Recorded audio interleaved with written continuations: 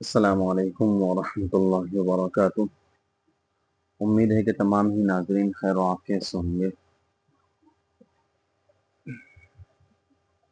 آج ہم آپ کی خدمت میں ایک مسئلہ لے کر حاضر ہوئے ہیں۔ ماقبل میں ہم نے یہ ذکر کیا تھا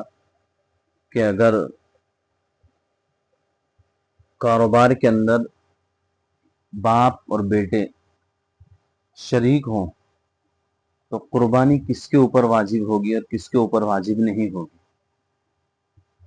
اور اس کے بعد ہم نے یہ بھی ذکر کیا تھا اگر 4 بھائی ہیں اور مشترک کاروبار کرتے ہیں تو ان میں سے ایک کے اوپر قربانی واجب ہوگی یا چاروں کے اوپر قربانی واجب ہوگی، وہ ہم نے ماقبل میں ذکر کر دیا تھا۔ اب ہم یہاں سے اگر کوئی شخص غریب ہے، اگر کوئی شخص مسکین ہے اور اس نے بقرہ عید کے لیے بکرا خریدا، قربانی کے لیے بکرا خریدا، اور حسن اتفاق یہ ہوا کہ ایام قربانی سے کچھ دن پہلے ہی اس کا بکرا گم ہو گیا، یعنی مل نہیں رہا ہے، تو اب اس کے لیے کہ دوسرے جانور خرید کر قربانی کرنا ضروری ہے یا نہیں ہے، تو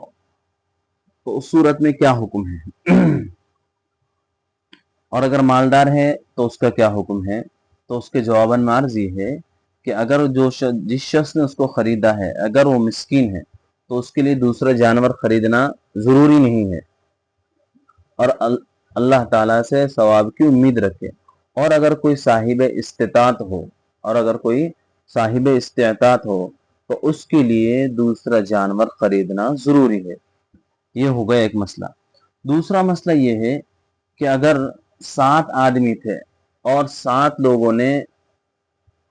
قربانی کی نیت سے ایک جانور خریدا، جانور خریدنے کے بعد میں 7 میں سے 6 جن صاحب نصاب ہیں اور ایک شخص فقیر ہے، یعنی صاحب نصاب نہیں ہے وہ شخص،